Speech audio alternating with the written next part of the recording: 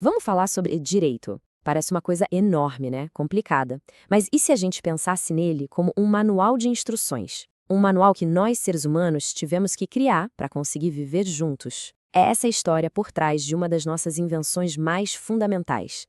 Pensa só por um instante. Como seria um mundo sem regra nenhuma? Sem leis de trânsito, sem fila no banco, sem contratos, nadinha. É um exercício de imaginação bem interessante e é justamente o ponto de partida para a gente entender por que o direito existe. E aqui a gente chega no centro da questão. Como Monteiro bem coloca, uma pessoa sozinha numa ilha não precisa de leis. Mas a gente não vive assim. Para conviver é preciso um sistema para resolver os conflitos. Sem ele, a alternativa é o caos. A desordem seria o estado natural das coisas. Então, nossa análise começa exatamente aqui. O problema fundamental do caos. Foi essa necessidade de superar a desordem que levou a humanidade a ter que inventar uma solução. E aqui a gente entra na solução. O direito não apareceu do nada, como uma ideia abstrata. Ele foi, na verdade, uma invenção bem prática, uma ferramenta criada para resolver problemas muito reais do nosso dia a dia em sociedade. Vamos ver como isso aconteceu na prática. Bom, tudo começou com o escambo, a troca direta de um produto por outro. Só que, conforme as sociedades foram crescendo, isso ficou muito complicado. Foi preciso criar um padrão, uma moeda. No início, eram objetos raros, tipo conchas. Depois, vieram as moedas e o papel moeda garantidos pelo Estado. Cada passo dessa evolução do comércio exigia mais e mais organização. Então, o ponto crucial é este. Para o comércio funcionar, para que as trocas acontecessem de forma justa, era preciso ter padrões, acordos e, claro, regras bem claras. O direito nasceu dessa necessidade prática. Foi uma verdadeira obra de engenharia social para resolver um problema econômico. Certo. Agora que a gente já entendeu a origem, vamos começar a diferenciar os tipos de regras que guiam o nosso comportamento.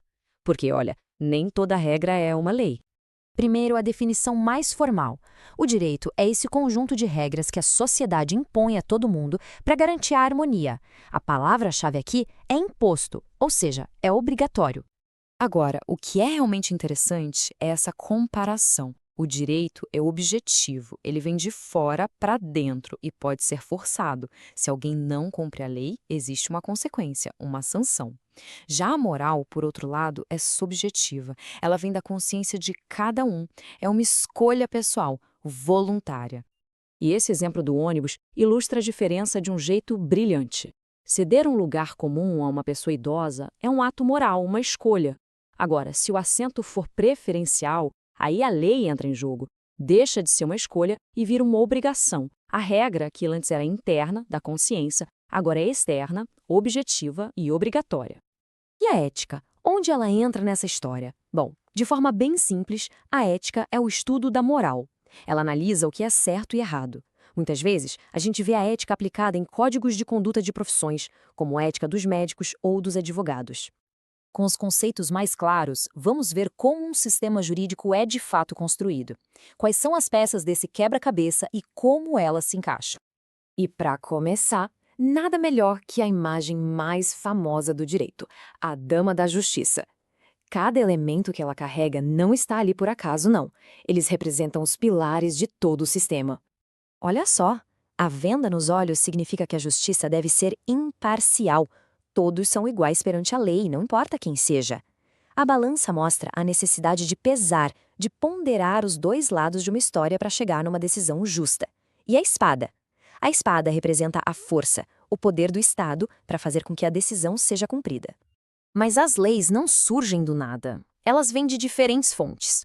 As fontes formais, como a Constituição e as leis, são as que criam as regras que a gente segue. As suplementares, como as decisões repetidas dos juízes, servem de guia para aplicar essas regras na prática. E as indiretas, tipo os livros de grandes juristas, ajudam a gente a interpretar o sistema todo. Agora vamos juntar todas as peças. Chegou o momento de conhecer o projeto Mestre, a planta baixa que organiza todo esse sistema jurídico de forma lógica. É fundamental entender isso. As leis não são só um monte de regras jogadas num livro. Elas seguem uma ordem, uma hierarquia. A analogia da fonte é ótima.